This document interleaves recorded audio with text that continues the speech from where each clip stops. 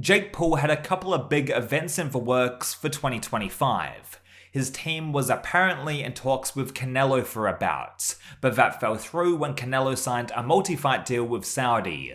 With Canelo under contract in association with Riyadh season, Turki Al-Sheikh continues his stranglehold over the sport of boxing, for better or worse. And more importantly to this video, it left Jake Paul without an opponent. There's been some conflicting reports about whether Jake's team was in deep negotiations with Canelo before the latter pulled the plug and went along with Saudi, or if they just sent Canelo a contract or something and that was that. We really don't know, but the other fighter rumored to fight Jake Paul at the time was Gervonta Davis. And knowing both Jake and Tank's boxing history, this fight was without a doubt in talks. Both sides have confirmed that Jake Paul versus Gervonta Davis was in development, and Tank even said that if he won his fight against Lamont Roach, he was gonna call out Jake during the post-fight interview. Thank God Roach nullified that plan and didn't let Tank win that fight, as much as everyone, including myself, didn't give him a fucking chance.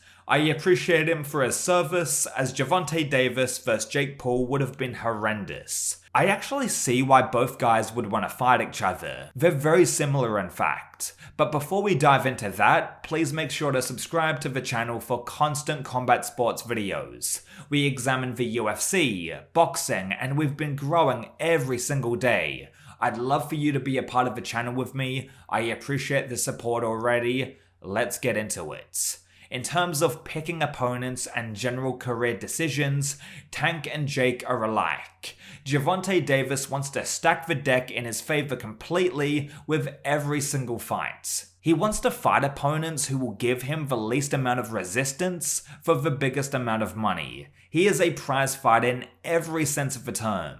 Gervonta Davis does not give a fuck about legacy or the fans. I respect that to a certain extent, but when you cherry pick as much as Tank does and seems to not give a shit about unification or even pitting himself up against the best opposition, then you're just wasting the fans' time. Now who does that sound like? Jake Paul and his boxing career post Tommy Fury. And that's exactly why a Tank Davis vs Jake Paul fight was on the table in the first place. They're fucking made for each other. Tank probably considers Jake just a YouTuber, and even at his smaller weight class, he thinks he can outbox Jake Paul for an easy payday. Whereas Jake no doubt wanted to make a fight with Tank where he has all the size advantages and where he could also seriously hurt Tank with 200 pounds of power in his right hand. Oh, and if he knocked out Tank, he could parade around that he beat one of the best boxers of this generation and continue the world champion grift. I actually find Gervonta Davis to be the more annoying case.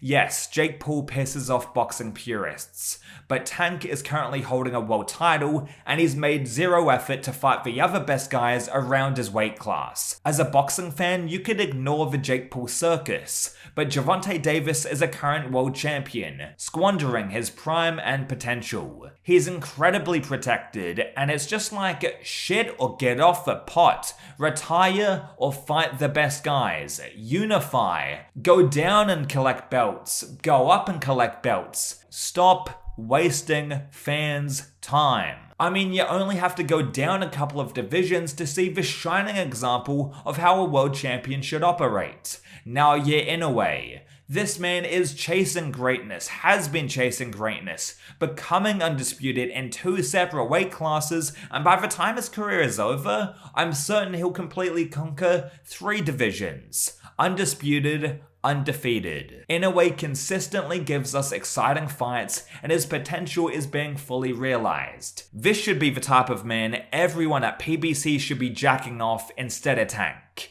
Now I get it, Gervonta Davis is a very skilled fighter and has given us some fantastic performances, which is exactly why his most recent fights have been disappointing.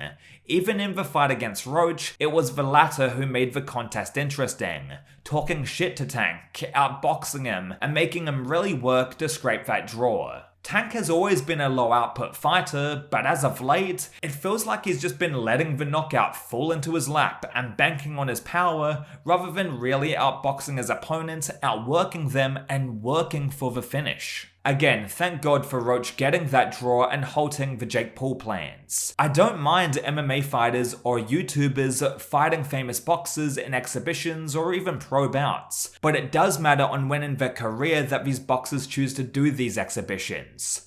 Floyd Mayweather had already retired twice, beat over 25 world champions, and solidified himself as the greatest boxer of his generation before he fought Conor McGregor. Mayweather choosing to fight Conor as his 50th and final fight, right at the tail end of his career, wasn't really egregious. Everyone accepted the fight for what it was, and fans of boxing and MMA were entertained.